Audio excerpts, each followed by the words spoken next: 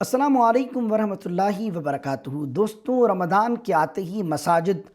آباد ہو جاتی ہیں، مسجدوں کی رونقیں بحال ہو جاتی ہیں،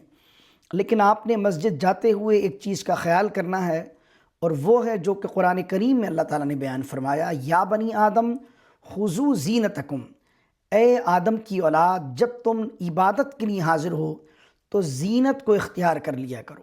ہمارے یہاں دیکھا گیا ہے کہ کئی لوگ جب مسجدوں میں جاتے ہیں، عبادت کے لیے کھڑے ہوتے ہیں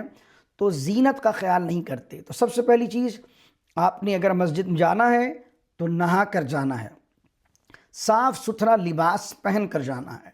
انڈر گارمنٹس بار بار چینج کر کے جانا ہے، بنیان چینج کر کے جانا ہے،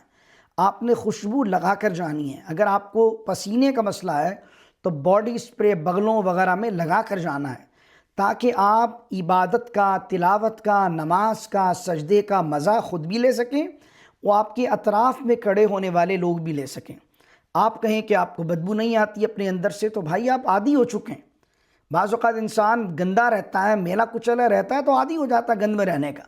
تو آپ کو تو بدبو نہیں آ رہی، لیکن جب آپ کسی کے برابر میں کھڑے ہوتے ہیں تو اس کا نماز پڑھنا دشوار ہو جاتا ہے۔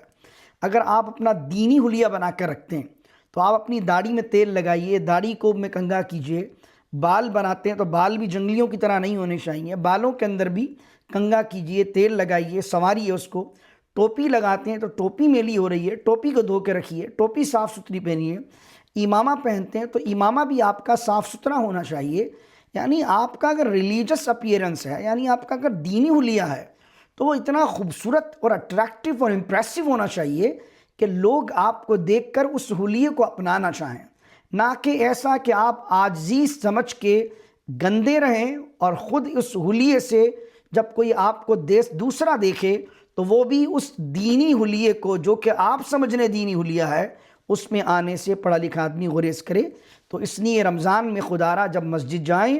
خوشبو لگا کر جائیں، تاکہ پوری مسجد جو ہے وہ مہکے، نہ کہ بدبو سے آپ مسجد کو اور نمازیوں کو اذیت پہنچائیں۔ السلام علیکم ورحمۃ اللہ وبرکاتہ۔